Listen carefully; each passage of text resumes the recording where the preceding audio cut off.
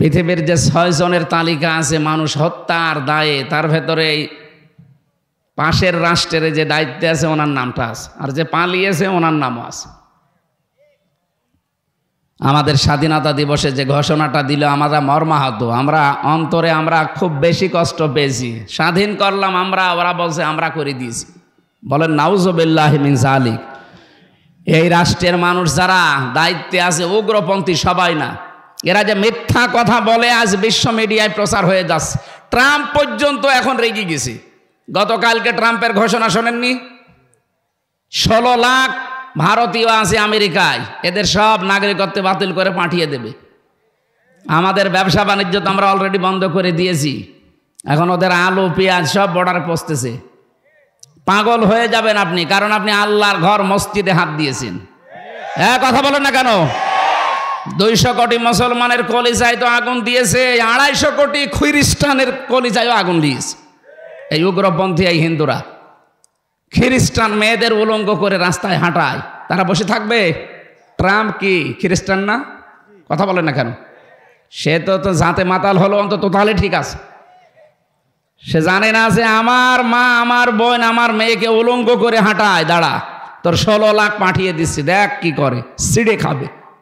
ও পাগল হয়ে মরবে, আমার মনে হচ্ছে ও পাগল হয়ে মরবে। আর যাদেরকে লাগিয়েছে এরা তো ডবল পাগল। এরা এখন কক্সবাজার, চট্টগ্রাম, বান্দরবন, খাগড়াছড়ি, রাঙ্গামাটি নিয়ে নেবে। বলছে এগুলো নিলে আমাদের ব্যবসা নাকি ভালো হবে, ঘুরে আসা লাগবে না। আরে দাদা, আপনি কি যৌতুক নেবেন? আর মেয়ে তো পালিয়ে গেছে, কিসের যৌতুক? ও মেয়ের বিয়েই তো আমরা মানি না। ও মেয়ের বিয়ে মানেন আপনারা না? তারপরও যার সাথে গেছে, যে স্বামী স্ত্রীর সম্পর্ক এতদিন বলতো, যার সাথে গেছে ওর সাথে বিয়ে দিয়ে যায় যাচ্ছে, কারণ ওর ফুল হাতা আর আমাদের হাফ হাতা না। আর ওর কি, ও দাদা এখন যদি হাফ হাতা না হয়, ও দাদার সাথে বিয়ে দেওয়া যায় যাচ্ছে। আর দাদার যে বয়স, ও সাদা মুসলমানের দিতে গেলে গোড়া থেকে কেটে বাদ দিয়ে এলেন। আমি আর নিচে নামলাম না। যৌতুক চাই, যৌতুক দেওয়াও জায়েজ নেই, নেওয়াও জায়েজ নেই। মুশরিকের সাথে মুসলমানদের বিয়ে করা জায়েজ আছে, এটাকে আমি বানালাম। সূরা বাকারা 221 নম্বর আয়াতের মাঝের অংশে আছে, ওয়ালা তুনকিহুল মুশরিকিনা হাত্তা ইউমিনু।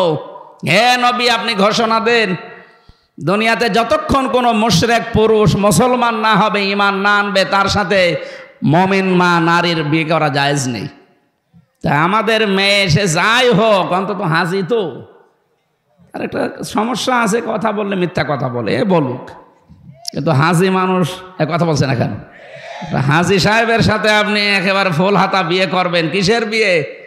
যৌতুকের নাম যেন মুখে না আনবেন। কারণ এ দেশের 1 ইঞ্চি না, আমিরে জামাত বলেছে হাফ ইঞ্চি জমিও এই দেশ থেকে কেউ যদি নিতে চায়, এদেশের 18 কোটি মানুষ যদি সত্যিই জীবন দেওয়া লাগে, দাদাদের 3-18 আমরা এই দেশ থেকে বিদায় করে দেব। আমাদের কিচ্ছু নেই, কিন্তু আমাদের ঈমান আছে। কথা বলে না কেন? আল্লাহ রাব্বুল আলামিন যে জমিনটা আমাদের উপহার দিয়েছেন, এই জমিনে তার রং, বিশেষ করে কোরআনের যে নিয়ম নীতিগুলো আছে, এগুলো যদি সত্যিই প্রতিষ্ঠিত হয়ে যায়, আপনি সত্যিই দুনিয়াতে একটা মিনি জান্নাতে বাস করতে পারবেন। এ বাংলাদেশের কোনো সমস্যা নেই।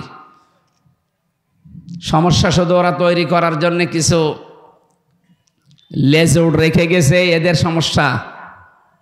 এই দাদাদের কোনো রাষ্ট্রের সাথে মিল নেই। আপনি আশপাশে যতগুলো প্রতিবেশী আছে আপনি তাকান, বিশ্ব মানবতা যারা আছে, বিশ্বের মোড়ল, তারা দেখছে না? ওদের পাকিস্তানের সাথে মিল নেই, চীনের সাথে মিল নেই, নেপালের সাথে মিল নেই, ভুটানের সাথে মিল নেই, মায়ানমারে মিল নেই, আফগানিস্তানের সাথে একটা চিকন বর্ডার আছে, এই বর্ডারের সাথেও মিল নেই। আমাদের সাথেও ছিল না, শুধু ছিল এই নতজানুর হওয়ার কারণে। এখন যে এই মানুষ দাঁড়ানো শিখেছে, এখন আমাদের সাথেও মিল নেই।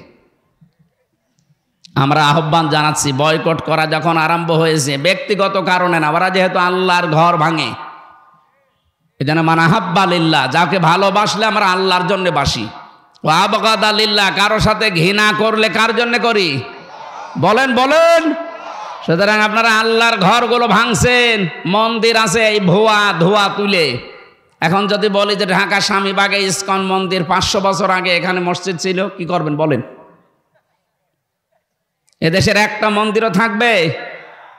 বিশ্বে তো কোনো জায়গায় হিন্দুর সংখ্যা বেশি নেই, পিটিয়ে সোজা করে ফেলবে। বিশ্বে 1 নম্বরে জাতিতে আছে খ্রিস্টান, তাদের মেয়েকে আপনারা উলঙ্গ করে হাঁটান। বারবার বলছি এ কারণে, কারণ এটা সামাম দুনিয়ায় ছড়িয়ে যাক। এই মানবতার নামে শত্রু এরা। 200 কোটি মুসলমানের এখন ইমানের দাবি, আমার মনে হয় এদের ঐক্যবদ্ধ হওয়া দরকার। ভারত বয়কটের ডাক দেওয়া দরকার। এই কথা বলেন না কেন? এটা ইমানের এখন দাবি, কারণ ওরা মসজিদ ভাঙে। কি ভাঙে? গরু খাওয়ার অপরাধে। কালকে ওদের সংসদে দাঁড়িয়ে একজন মুসলমান এমপি জানিয়েছে গরু খাওয়ার অপরাধে মুসলমানদেরকে জবাই করে। কমন সেন্সের কমন থাকলে গরুকে কেউ মা বলে ডাকে? হ্যাঁ, গরু যদি আপনার মা হয় তাহলে আপনার বাবা কোনটা? বাবা তাহলে ওইটা। আপনার বাবা মনে হয় আশপাশে আছে না। হিন্দু ভাইরা যারা আছেন এদেশে, আপনি মন খারাপ করবেন না।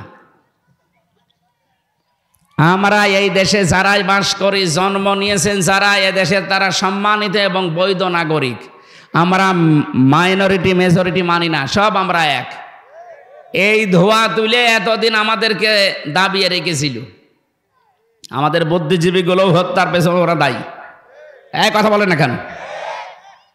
অধ্যাপক মিয়া গোলাম পরোয়ার ঘোষণা দিয়েছেন না যে আপনি খোঁজ খবর নিয়ে দেখেন, আমাদেরকে দাবন করে রাখার জন্যে প্রতিবেশীরা দায়ী।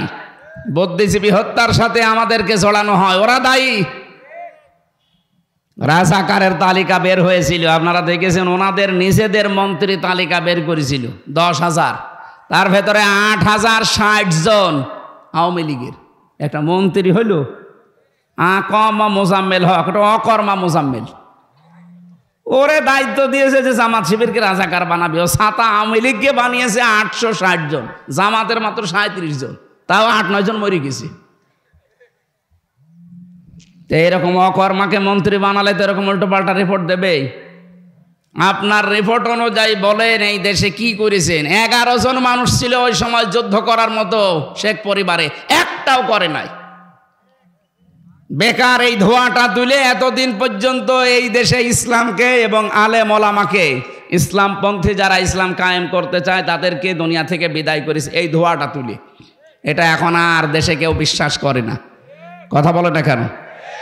উনি যে আরামে নেই উনি নিজেও টের পাচ্ছে। কালকে স্ট্যাটাস দেখেছেন যে আমি এখানে অঘোষিত জেলখানায় আছি, আমি এভাবে থাকতে চাই না। দরকার হয় নিজের দেশে যেয়ে সারা জীবন আমি সাইদি সাহেবের মতো জেলে থাকবো, তারপরও এখানে আমি আর থাকতে চাই না। ওটা অঘোষিত জেল। আর এখানে আসলে 165টা মামলা। আমার তো 2টা মামলায় যদি 3 বছর থাকা লাগে, ওনার তো 165টা, এক একটাই যদি 1.5 বছর করে হয়, কব্বরে চলে যাবে না? দরকার হয় আবার জীবিত হবে, আবার কব্বরে যাবে, তাও সাজা শেষ হবে না। আন্তর্জাতিক অপরাধ ট্রাইব্যুনালের দায়িত্বে যিনি আছেন এখন প্রসিকিউটর, উনি ঘোষণা দিয়েছেন, চিফ যেটা তাজুল ইসলাম, অ্যাডভোকেট তাজুল ইসলাম, যে ওনার যা অপরাধের ফেরিস্তি আমরা পাচ্ছি, যদি 100 বার ফাঁসি দেওয়া হয় ওনাকে, তারপরও আরো 10 বার দেওয়া যাবে। কি করেছেন আপনি? হ্যাঁ, গত কয়েকদিন আগে এই যে কওমি মাদ্রাসার একজন আলেম মোশতাকুন নবী কাসেমি হাফিজাহুল্লাহ, তার সাথে আমি যোগাযোগ করেছিলাম। উনিও ছিল মাটির নিচে এই আয়না ঘরে, ওনারে নিয়েও গিয়েছিল। ওখানে আমি মাঝে মাঝে দেখতাম রাতের বেলা হঠাৎ করে 3-4 জন কালো পোশাক পরা এসে বলে, ওই রেডি হন। কি রেডি হন মানে? যার ঘরের সামনে যে বলবে রেডি হন, তার মানে তারে আজকে ক্রস দেবে। মুখ বেঁধে, চোখ বেঁধে, হাত বেঁধে নিয়ে সারা দিন সারা রাত শুধু ঘোরায়। কোথায় নিয়ে যায় কেউ জানে না। রাত 11টা-12টার পরে গাজীপুরের এক জঙ্গলের ভেতরে নিয়ে হাতটা খুলে বলে, যা দৌড়া। আপনি দৌড় দেবেন, পেছন থেকে গুলি করে বলবে ক্রস ফায়ারে মারা গেছে। এই ছিল নাটক এই দেশে। উনি বলছে আমারেও নিয়ে গিয়েছিল, আমার সামনে দিয়ে বহু মানুষকে নিয়ে গেছে, আমি টের পেয়েছি, কিন্তু দেখতে তো পাইনি, চোখ বাঁধা। বহু মানুষকে রাত 2টার সময় 1:30টার সময় এসে ডাক দেয়, এই তাড়াতাড়ি রেডি হন, আর নামাজ কালাম পড়লে পড়ে নিন। বলেন এই সময় মানুষের কি ভেতরে আর রুহ থাকার কথা? আপনি যদি এখানেই মেরে ফেলে মাছের খাবার বানানোর জায়গা আছে, বিশাল পুকুর আছে ভেতরে, এখানে মাছের খাবার বানিয়ে দেয়, এইটাও যদি করে দুনিয়ার মানুষকে জানিয়ে দিন যে অমুকজনকে আমরা মেরে ফেলেছি, তাও তো তার বউ অন্য জায়গায় বিয়ে করতে পারত, তার ছেলে মেয়ে জানতো যে বাবা মা মরে গেছে। আপনি এমন অবস্থা করেন যে 8 বছর 10 বছর 14 বছর পার হয়ে গেল, একটা মানুষ পড়ে আছে, এ দুনিয়ার মানুষ জানেই না যে ফিরে বেঁচে আছে, তার বউটাও বিয়ে করতে পারে না। এই যে ব্যারিস্টার আরমানের বউ বিয়ে করতে পেরেছে 8 বছর, জানতো না তো আমার স্বামী বেঁচে আছে না মারা গেছে, তারপরেও যাক আল্লাহ তারে ফেরত দিয়েছে। কিন্তু আমান আজমির বউটা 1 বছর আগে চলে গেছে, কতদিন আর 9 বছর পর্যন্ত বেচার অপেক্ষা করেছে। এই সমস্ত শাস্তিগুলো যদি একটা একটা করে ধরা যায়, উনি তো বলেছে 100 বার ফাঁসি দেওয়া যায়, 100 বার না, আমার মনে হয় 1000 বার ফাঁসি দেওয়া যাবে। এই জন্য জালেমদের জায়গাগুলো আল্লাহ অভিশপ্ত করে দেয়। আপনি দেখেন ধানমন্ডির এই বাড়িটা এখন গণ পায়খানা, ওটা 8-10 জন করে একবারে যায় দেখলাম, কেউ এদিকে কেউ এদিকে কেউ এদিকে কেউ এদিকে, চারিদিকে মুখ দিয়ে একেবারে একসাথে মনে আছে মানে জামাতবদ্ধ টয়লেট চলছে। আল্লাহ আমাদেরকে জানাতে চেয়েছেন সূরা নামলের এই 52 নম্বর আয়াতটা দিয়ে, ইন্না ফি যালিকা লাআয়াতাল লিকাউমি ইয়ালামুন, অবশ্যই তোমাদের জন্য এর ভেতরে শিক্ষা আছে। শিক্ষা কি? এদের এত বড় শিকড় যদি আমি আল্লাহ কেটে দিতে পারি, আমি বললাম না দারোয়ান থেকে শুরু করে একেবারে সংসদ পর্যন্ত প্রত্যেক জায়গায় ওদের লোক সেট করা ছিল, এটা আমি টের পাইনি। রিমান্ডে যাওয়ার ওই মাটির নিচে যে টের পেয়েছি ওদের ওর মানে শিকড় কত দূর। ওরা নিজেরাই ধরে নিয়ে যায়, নিজেরাই মামলার আয়ু, নিজেরাই ম্যাজিস্ট্রেট, নিজেরাই বিচারপতি, নিজেরাই মামলায় বাধা দেবে, সব ওদের। আর আমাদের 2-1টা উকিল যা আছে ও শুধু খুঁটির মতো দাঁড়িয়ে থাকবে, ওর কথা কেউ শোনে না। কি বানিয়ে নিয়েছিল বিচার ব্যবস্থাটা? শুধু বিচার না, প্রত্যেকটা জায়গায় ঠিক এইভাবেই। কথা বলেন ঠিক কিনা? আল্লাহ পাক বলেন, ও দুনিয়ার মানুষ, ফাকুতি আদাবিরুল কওমিল্লাযিনা যালামু, জালেমদের শিকড় কেটে দেওয়া হয়ে গেছে। এখানে ফাজিল কামিল মাদ্রাসার প্রিন্সিপাল অধ্যক্ষ আছে। ফাকুতিয়া এটা মজারে কি মজহুল, এর ফাইল জানা নেই। আপনি বলেন তো এই যে 630টা থানা বাংলাদেশে 5 তারিখে জালেমদের যে বাড়িঘর ভাঙা হয়েছে, এখন একটা বাড়িঘর ভাঙার কেউ চিহ্ন দেখাতে পারবেন যে এই লোকটা ভেঙেছে? ফাইলকে কর্তাকে কেউ জানে না। হানিফের বাড়ি উড়ে গেছে, কিন্তু কে ভেঙেছে কোনো আসামি নেই। সারা দেশের অবস্থায় ঠিক এইরকমই করেছে। আমি প্রত্যেক জেলায় কম বেশি যাচ্ছে, জালেমদের বাড়ি ঘরের চিহ্ন রাখে না, কিন্তু কে করেছে কেউ জানে না। আল্লাহ তাআলা বলেন, যখন শোনো, এরপরেও যদি শিক্ষা না নাও, আগামীতে যারা বসবে চেয়ারে এরাও যদি এদের মতো জালেম হয়, তাদের বাড়িও আমি কিন্তু জনসৈন্য পরিত্যক্ত করে দেব। এই জন্য আমরা সাবধান। অনেকেই 5 তারিখের পরে চাঁদাবাজি আরম্ভ করেছেন, থামেন আপনি। আজকেও ভিডিও বন্দরে আপনি এখনই এই সাহস পেয়ে গেছেন, থালা হাতে না পেতে। থালা হাতে পেলে কি করবেন, এটা জনগণের বোঝা হয়ে গেছে। এই জন্যে মানুষ আস্তে আস্তে মুখ ফিরিয়ে নিচ্ছে। কথা বলে না কেন? আগস্টের 5 তারিখের আগে মাত্র 100 জনের 15 জন মানুষ চাইতো এদেশে ইসলাম কায়েম হোক, কোরআনের শাসনে দেশে আসুক। কিন্তু এখন 100 জনের 58 জন মানুষের তালিকা হচ্ছে, জরিপ আসতেছে 100 জনের 58 জন মানুষ চাচ্ছে দেশে কোরআন কায়েম হোক। কারণ সবাই এখন বুঝে ফেলেছে যে ওরা থালা হাতে না পেয়ে চাঁদাবাজি করে, থালা হাতে পেলে কি করবেনি। এই জন্য যারা এর উপরে টিকে থাকতে পারছে, এই 3 মাস কয়েকদিন হয়ে গেল এখনো পর্যন্ত কাদা গায়ে লাগেনি। এই কথা বলেন না কেন? আমরা পারতাম না? এ মানুষগুলো পারতো না চাঁদাবাজি করতে? এদের শরীরে শক্তি কম ছিল, আপনার চাইতে নির্যাতিত কম হয়েছে এরা, কিন্তু করে নাই, কারণ আমাদের ধর্মে ওইটা নেই। কথা বলে না কেন? আমাদের যে আদর্শ আমরা মেনে চলি মুহাম্মদুর রাসূলুল্লাহর আদর্শে এটা নেই যে কারোকে জোর করে চাঁদাবাজি করা লাগবে। হ্যাঁ, জুলুম অত্যাচার নির্যাতনের শিকার হয়েছিলাম, আমরা মাফ করে দিয়েছি, কিন্তু মাফ পেতে হলে আপনার কিছু করা লাগবে। যার কাছে অপরাধ করেছিলেন 15.5 বছর আগে তার কাছে যাবেন, যে বলবেন যে ভাই ভুল হয়ে গেছে, কি করা লাগবে বলেন, আপনার ক্ষতিপূরণ দিতে আমি রাজি আছি। কি ক্ষতিপূরণ না দিলে সে যদি বলে না আপনার মাপ নেই, আপনার আসলেও মাপ নেই। কত মানুষ দেখি কাবা শরীফ ধরে ধরে কাঁদে, ও জমি জায়গা আত্মসাৎ করে বাংলাদেশে, আর কাঁদে কোথায়? পাগল না একটা? আরে ভাই, আপনি জমি জায়গা আত্মসাৎ করেন, টাকা মেরে খান বাংলাদেশে, আর কাবা শরীফ সৌদি আরবে, ওখানে যে কাঁদছেন 650 কিলোমিটার দূরে, 6,500 কিলোমিটার দূর। এত দূরে যে কান্নাকাটি করে লাভ আছে? আগে কাঁদবেন বগুড়ার ওই লোকটার কাছে, যার কারণে আপনি ওই লোক ব্যবসা করতে পারেনি, আপনার কারণে চাকরি পায়নি।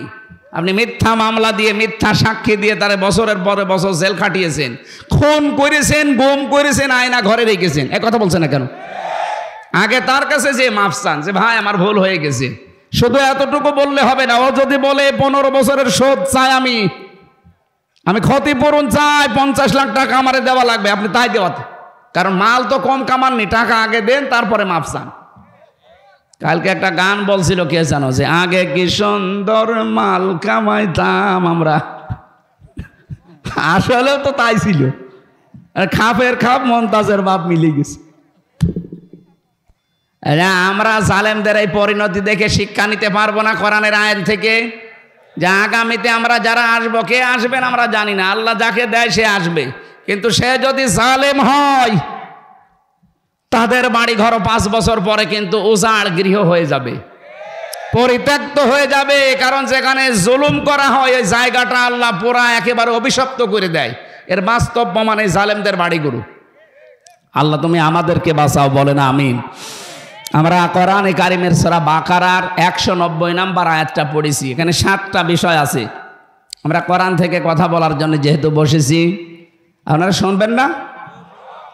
আল্লাহ রাব্বুল আলামিন বলেন, ওয়াকাতিলু ফি সাবিলিল্লাহিল্লাযীনা ইউকাতিলুনাকুম ওয়া লা তা'তাদু ইন্নাল্লাহা লা ইউহিব্বুল মু'তাদিন। এখন কত কিছু এর আগে বলা লাগে, যে শানে নজরুল আছে, ঐতিহাসিক প্রেক্ষাপট আছে। সূরার তেলাওয়াত আমরা করলাম, তাফসীর করার জন্য যে নিয়ম নীতিগুলো বলতে হয় সময়ের অভাবে সব বাদ দিয়ে আমরা সরাসরি যাচ্ছি ব্যাখ্যায়। আল্লাহ পাক বলেন, কাতিলু, লড়াই করো।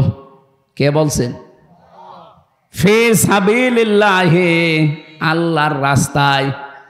একেবারে কাটা কাটা কথা, কোনো ভেতরে কোনো প্যাঁচ গোছ নেই। আল্লাহ বলেন লড়াই করো আল্লাহর রাস্তায়। এই আয়াত শুনেই মনে হচ্ছে আল্লাহ মনে হয় মারামারির পক্ষে। হ্যাঁ, কোরআনে কারিমে সূরা আনফালের ভেতরে আছে, নবীজিকে আল্লাহ জানিয়েছেন।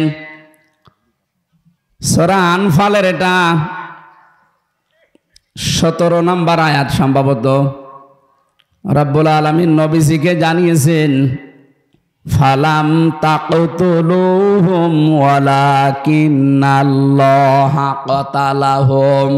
হে নবী, আপনি তাদেরকে হত্যা করেননি, হত্যা করেছি আমি আল্লাহ নিজে তাদেরকে। এটা যখন নবীজি নিজে হিজরত করার জন্যে বাড়ি থেকে বের হবেন, ওই সময় বিশ্ব নবীকে আল্লাহ বলেছিলেন শুধু একটু বালি হাতে নেন, সামনের দিকে ফিকে মারেন, সূরা ইয়াসিনের কয়েকটা আয়াত তেলাওয়াত করে, বাকি যা করা লাগে আমি আল্লাহর কুদরত করবে। নবীজি তো সামনের দিকে বালি মেরেছিলেন, কয়েকটা কাফেরের গায়ে লাগার কথা ছিল তাদের চোখে মুখে, কিন্তু চারিদিকে যারা দাঁড়িয়ে আছে 42 জন, এদের চোখে মুখে নাকে গেল কি করে? রব্বুল আলামিন পরবর্তীতে জানিয়েছেন, ওমা রমাইতা ইয রমাইতা ওয়ালাকিন্নাল্লাহা রমা।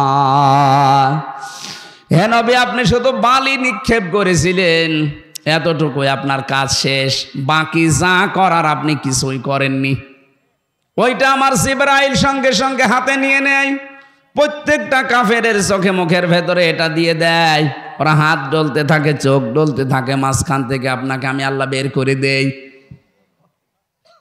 এই ঘটনার ভেতরে যত মানুষকে আমরা হত্যা হতে দেখেছি, মরে যেতে দেখেছি, এই মানুষগুলোকে নবীজি একটাও মারেন নাই, প্রত্যেককে আল্লাহ দুনিয়া থেকে বিদায় করেছেন নিজে। ফালাম তাকতুলুহুম, আপনি একটাও মারেননি। ওয়ালাকিন্নাল্লাহা কাতালাহুম, বরং আল্লাহ তাদেরকে হত্যা করেছে। এই শব্দটা শুনলে অনেকে আজ খারাপ মনে করে, ইসলাম তাহলে মারামারি, কাটাকাটি, হত্যা। আরে ভাই, ইসলামের নিয়মগুলো আল্লাহ বুঝে শুনেই দিয়েছেন। কারণ মানুষের যা চরিত্র, এই যে 4 জন মানুষকে ছাত্রলীগ যদি সত্যিই মেরে ফেলে, এখনো তো তদন্ত হয়নি, যেহেতু বলতেছে সাতপন্থী যারা, তারা যে ছাত্রলীগকে ভাড়া করে আমাদেরকে জবাই করা হয়েছে, এটা যদি সত্যি প্রমাণ হয়ে যায়, এই খুনিদেরকে আপনি শুধু ওয়াজ করে জীবনও বিরত রাখতে পারবেন না। এদেরকে যদি থামাতে হয়, আমার মনে হয় এদেরকেও ঠিক ওইভাবেই জবাই করা লাগবে। ওরা 4 জন মেরেছে, ওদের 8 জনকে জবাই করে দেন, জনসম্মুখে দেখবেন এমনি টাইট হয়ে যাবে। কারণ এমনিতে ওরা নিষিদ্ধ। এখন কথা বলছে না কেন? ওরা নিষিদ্ধ না, রাস্তাঘাটে ফেলে কিন্তু মানুষ পিটাবে। এখন চরমপন্থা বেছে নিয়েছে, করেন। বিশ্ব মিডিয়ায় কিন্তু এগুলো ফোকাস হচ্ছে। 4 জন মেরেছেন তো 40 জনের খেসারত দেওয়া লাগবে। এতদিন এই মিথ্যাটাই ইসলামপন্থীদের উপর দিয়ে চালাতেন যে এরা জঙ্গিবাদ, এরা জঙ্গি। এই নাটকটা এখন আল্লাহ ঘুরিয়ে আপনাদের উপরে খাটাবে। বলেন, র্যাবের ডিসি এখন চিনি নতুন দায়িত্ব পেয়েছে, দায়িত্ব পেয়ে প্রথম দিন ঘোষণা দিয়েছে বাংলাদেশে জঙ্গি যা ছিল সবগুলো নাটক। আমি তো এই 3 বছর যতগুলো মানুষের সাথে মিশেছি জেলখানায়, জঙ্গিদের ভেতরে মাঝে মাঝে আমার নিয়ে যেত। কিসের জঙ্গি? ওরা ছাত্র শিবিরের সদস্য ধরে নিয়ে এসে বলছে যে জঙ্গি।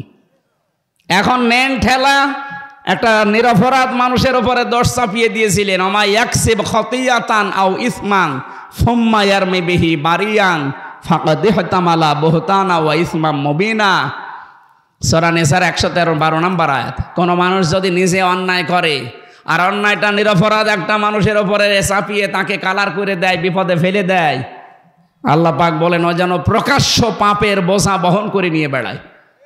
ওরা যে আজ প্রকাশ্য পাপের বোঝা, ওরা যে খুনি, ওরা যে গণহত্যাকারী, সারা দুনিয়া এখন জানতেছে।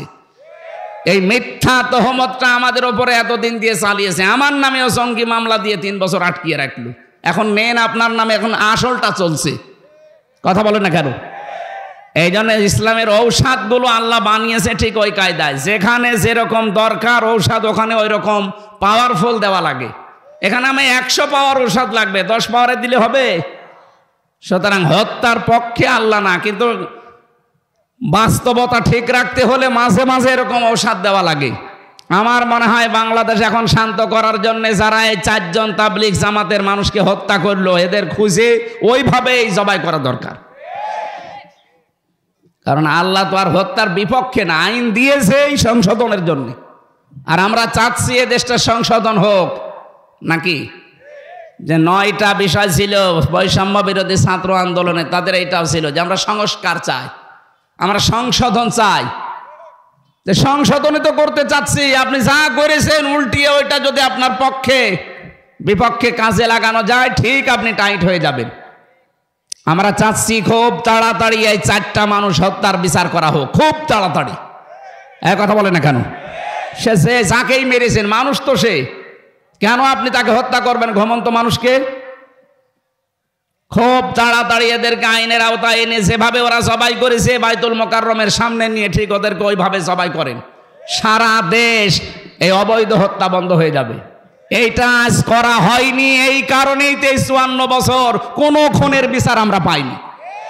বিনা কারণে আল্লামা সাঈদীকে আপনি ঔষধ দিয়ে মেরে ফেললেন। লোকটাকে নিয়ে গেলেন, বললেন যে চিকিৎসা করা হবে, ও তো আনন্দে বের হচ্ছিল।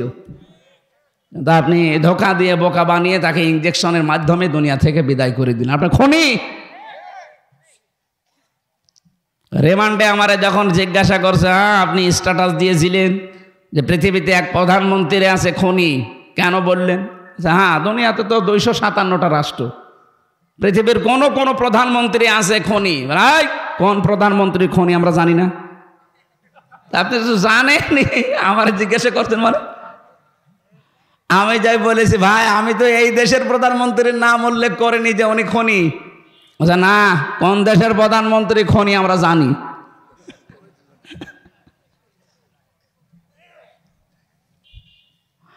এই জন্য এখানে শাব্দিক অর্থ শুনে মনে হচ্ছে আল্লাহ মনে হয় মারামারি কাটাকাটি এ হত্যার পক্ষে না, আল্লাহ হত্যার পক্ষে না।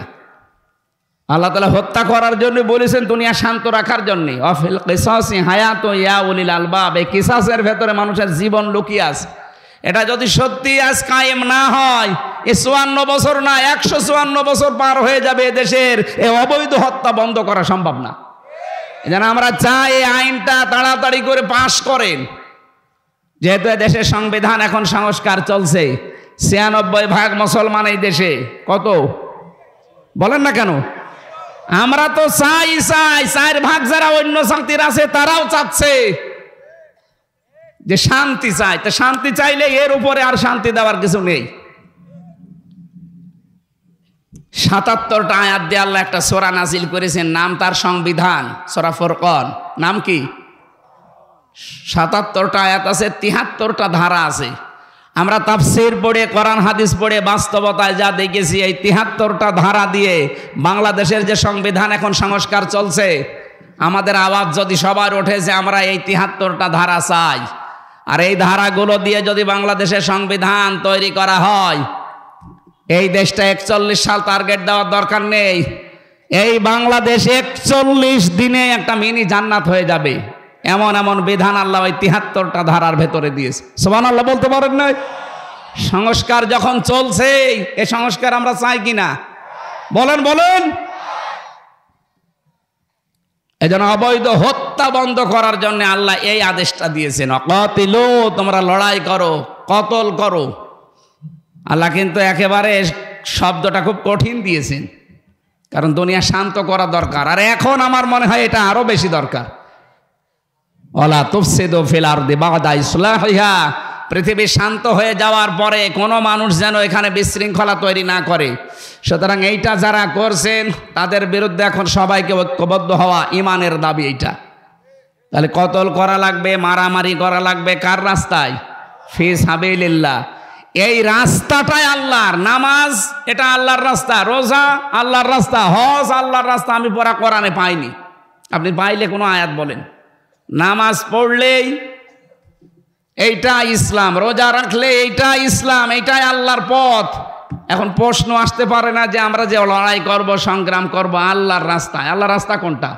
অধিকাংশ মানুষ যারা আছে এরা বলে আল্লাহর রাস্তা মানে নামাজ, আল্লাহর রাস্তা মানে রোজা রাখা, আল্লাহর রাস্তা মানে জিকির করা। না, পুরা কোরআনে এই সমস্ত নামে কোনো জায়গায় ফি সাবিলিল্লাহ নেই। আল্লাহর রাস্তা মানে হয় ওয়াজাহিদু ফি সাবিলিল্লাহ ওয়া কাতিলু ফি সাবিলিল্লাহ। আল্লাহ এইটাই চায় যে আমার রাস্তায় জিহাদ হবে, আমার রাস্তায় কতল হবে, এইটাই আমার রাস্তা। এটা যদি আজ আমরা 18 কোটি মানুষ বুঝে ফেলতাম, পাশে যারা শত্রুতা করছে আশপাশের এই প্রতিবেশী নামে কলঙ্ক, এরা ভয়ে থাকতো সবচাইতে বেশি। আমি ওদের যত প্রদেশ ঘুরেছি, ওদের ভেতরে সবচাইতে বেশি ভয় মরণের। ওয়ালা তাজিদান্নাহুম আহরাসান নাসি আলা হায়াতি ওয়া মিনাল্লাযিনা আশরাকু। সূরা বাকারার ভেতরে আল্লাহ বলেন, হে নবী, লামে তাকিদ নুনে সাকিলা, অবশ্যই আপনি দেখতে পাবেন এই পৃথিবীতে সবচাইতে বেশি জীবনকে ভালোবাসে মুশরিকরা। কারা? ওদেরকে একটু ভয় ধরিয়ে দিয়েছেন, এখন ভাই না, দাদা না, বাবা ডাকতেছে। ওরা নিজেরাই বলেছিল যে ভিসা দেব না চিকিৎসার জন্যে। না, তোদের দেশে আর না যাওয়ার কোনো দরকার নেই। আমরা যারা দায়িত্বে আছি এ দেশের, ডক্টর মোহাম্মদ ইউনূসকে আহ্বান জানাতে চাই, বাংলাদেশে দরকার হয় 2 টাকা করে আপনি তোলেন, প্রত্যেকের কাছে 2 টাকা 5 টাকা করে কালেকশন করেন, করে 8টা বিভাগে আন্তর্জাতিক মানের 8টা হাসপাতাল তৈরি করেন। যেভাবেই হোক, দরকার হয় তুরস্কের কাছে, পাকিস্তানের কাছে, চীনের কাছে আপনি ধার নেন, কিছু ঋণ নিয়ে, ধার নিয়ে এই 8টা বিভাগে 8টা আন্তর্জাতিক মানের হাসপাতাল বানিয়ে দেন। ওরা না খেয়ে মরবে। ওদের আলু, ওদের পেঁয়াজ আজ পয়সে পয়সে নষ্ট হচ্ছে। আমাদের মনে হয় এখন ব্যবসা বাণিজ্য আন্তর্জাতিক যে বিষয়গুলো সব পাকিস্তানের সাথে, চীনের সাথে, তুরস্কের সাথে, এদের সাথে আঞ্জাম বেশি দেওয়া দরকার। এরা যেহেতু আল্লাহর ঘর ভেঙে ফেলে, এদের সাথে কোনো সম্পর্ক আমাদের আর নেই। কথা বলেন না কেন? ধর্মীয় প্রতিষ্ঠান ভেঙে ফেলবেন আপনি মানুষ, আপনি হিন্দুকে জিজ্ঞাসা করেন, সেও আপনাকে গালি দেবে। আজকেও পঞ্চগড়ের এই কি রাধা রানী কি যেন নাম, গালি দিচ্ছিল মোদিকে। মানুষ না কেউ একটা জানোয়ার। আপনার নিজের ধর্মের লোক আপনাকে মানুষ বলে জানে না, কারণ আপনি আল্লাহর ঘর মসজিদে হাত দিয়েছেন। পৃথিবীর প্রত্যেকটি ধর্ম, কোনো ধর্ম খারাপ কথা বলে নাই। কথা বলেন না কেন? আর আমাদের তো একেবারে শান্তির ধর্ম। এ ধর্মের উপরে দুনিয়ায় কোনো ধর্ম নেই, এটা প্রমাণ হয়ে গেছে। গত কয়েকদিন আগে আমি যশোরের এক অধ্যাপক, অনেক বিসিএস ক্যাডার, হিন্দু, ওনারে বলেছিলাম আমাদের ধর্মে জোর জবরদস্তি নেই স্যার, আমি আপনাকে জোরাজোরি করব না, আপনাকে ইসলাম গ্রহণ করতেও আমি আহ্বান জানাবো না, আপনি শুধু আমার ধর্মীয় গ্রন্থটা একটু বুঝে পড়েন। 3 মাস সময় দিলাম, যেহেতু জ্ঞানী মানুষ তো, বিসিএস ক্যাডার তো এমনি হয়নি। 3 মাস পরে দেখলাম উনি নিজেই মুসলমান হয়ে গেছে। শান্তির ধর্ম এইটাই, যদি একটু আপনার বিবেকটা কাজে লাগান। এই জন্য আল্লাহর রাস্তা শুধু নামাজ নয়, শুধু রোজা নয়, শুধু হজ নয়, শুধু দান সাদকা নয়, শুধু জিকির আজকার নয়। আল্লাহর রাস্তা হচ্ছে আলিয়াউমা আকমালতু লাকুম দীনাকুম ওয়া আতমামতু আলাইকুম নি'মাতি ওয়া রাদিতু লাকুমুল ইসলাম দীনা। পৃথিবীতে ইসলাম পরিপূর্ণ, এটা আল্লাহর রাস্তা। এর ভেতরে যদি নামাজ থাকে, এর ভেতরে আকিমুদ্দিনও থাকবে। এক কথা বলেন না কেন? এই যে আমার বাড়ি, মনে করেন এটা, এই বাড়িটা আমার, এখানে আমি 5 তলা বিল্ডিংয়ের মালিক, সবগুলো ভাড়া দিয়ে দিয়েছি। আমার বউ ছেলে মেয়ে একতলায় থাকে। এখন যদি শাহাবুদ্দিন সাহেব এসে বলে এখানে বাড়ি ঘর যারই হোক, এখানে নিয়ম নীতি আমার চলবে, এমনকি আপনার বউ ছেলে মেয়ে আমার কথায় উঠবে বসবে, উনি যত বড় লোক হোক, ওনার কথা মানা টাইম আছে আমার? কথা বলে না কেন? বাস্তবতা এইটা। একটা ঘরের মালিক আমি, উনি বাইরের লোক এসে আমার কথা, ওনার কথা শোনার মতো টাইম আমার নেই, তাও বড় মানুষ। আল্লাহ বলেন আলা আলাহুল খালক ওয়াল আমরু, এ জমিন আমার, এখানে আইনও চলবে আমার।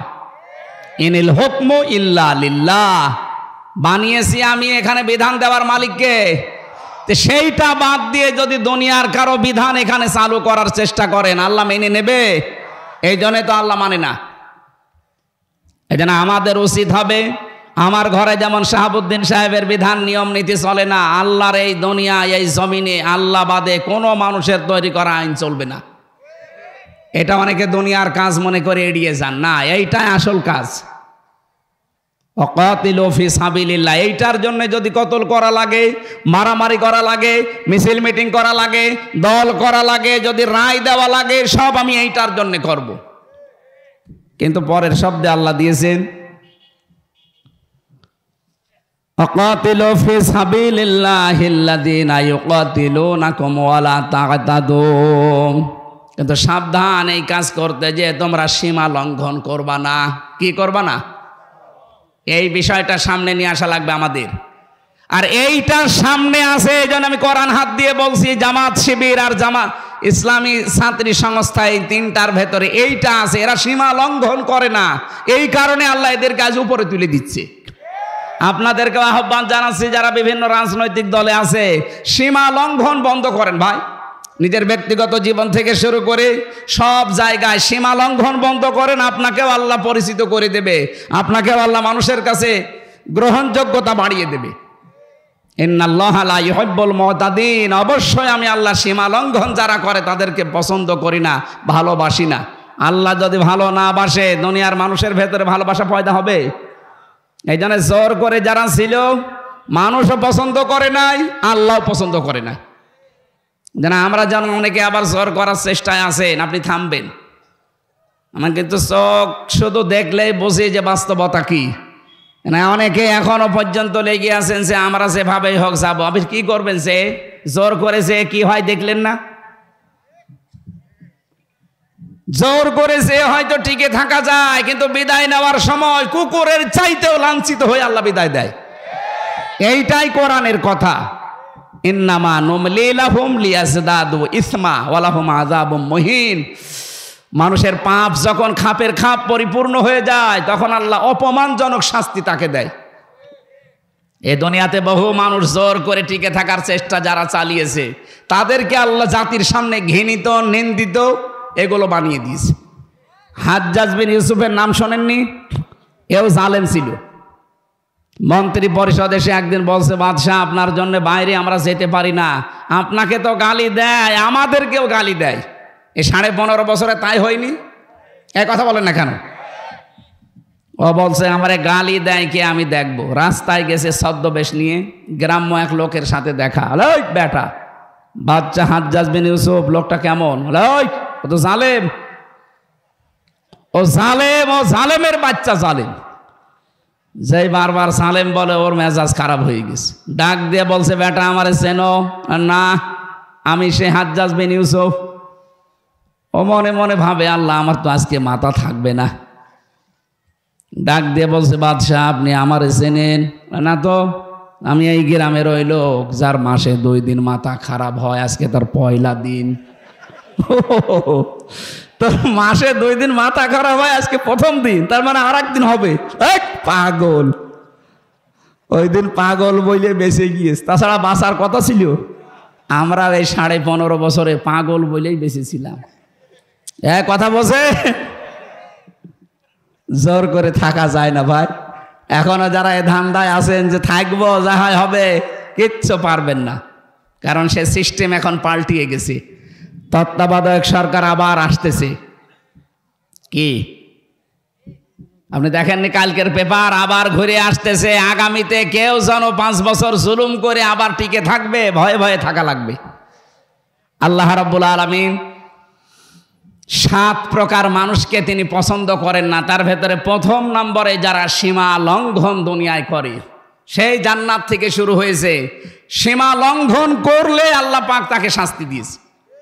আমাদের আদি পিতা মাতা সীমা লঙ্ঘন করেছিল, গাছের কাছে যাওয়া নিষেধ ছিল, গিয়েছিল। সীমা লঙ্ঘন আল্লাহ দুনিয়াতে পাঠিয়ে শাস্তি দিচ্ছে।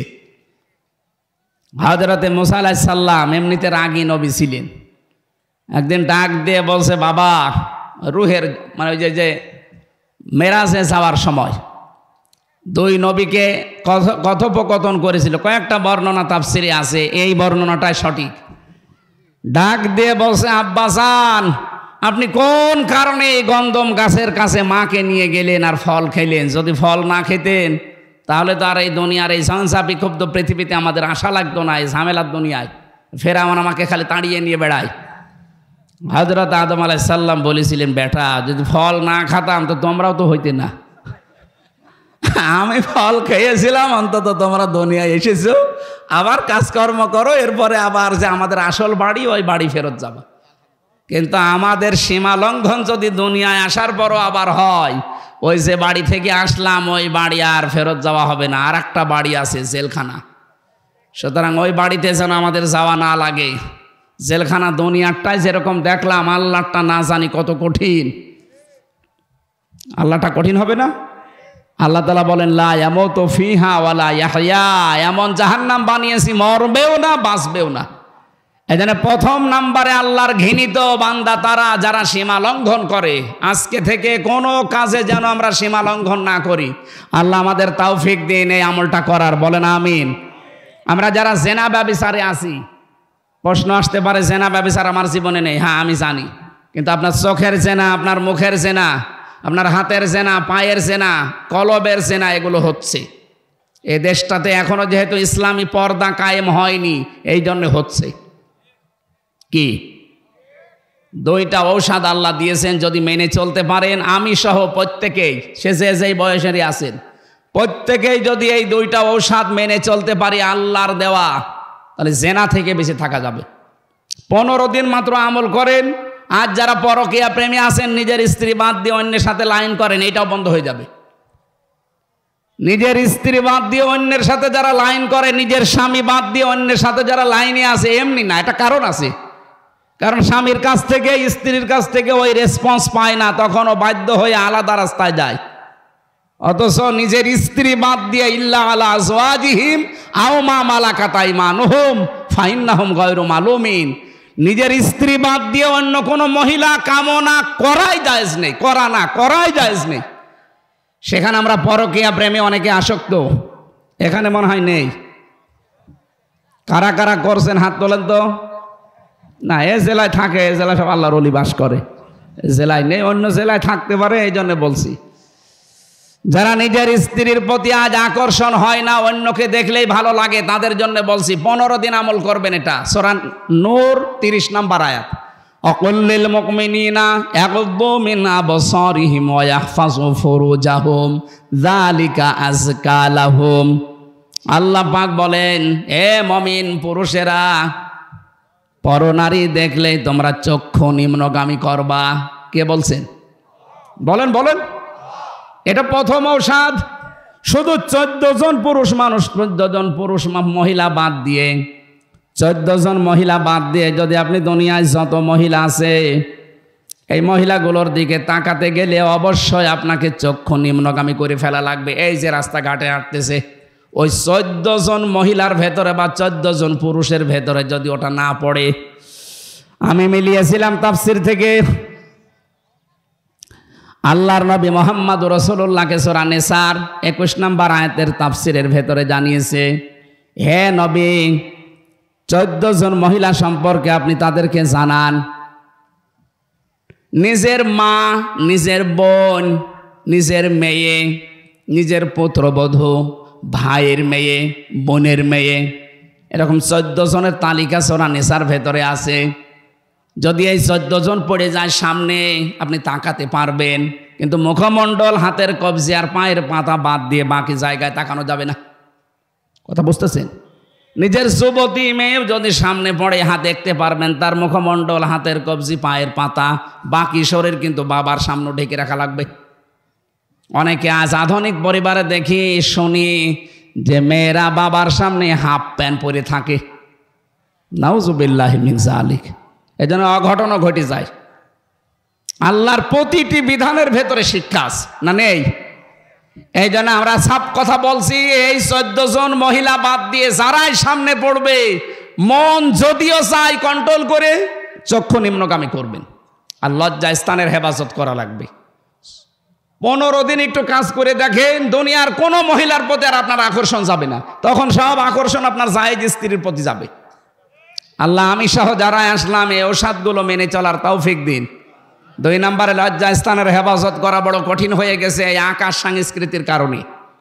এগুলো সব এখন আমাদের কাছে আসে, এই জায়গায় যে কত কঠিন নিজেকে কন্ট্রোল করার, বিশেষ করে যুবক মানুষ যারা, আমি সহ যারাই আছি, আমাকে সহ আল্লাহ প্রত্যেককে যেন নিজের পক্ষ থেকে সাহায্য করে এই জেনা থেকে বাঁচার তৌফিক দেন, আমিন, আল্লাহুম্মা আমিন।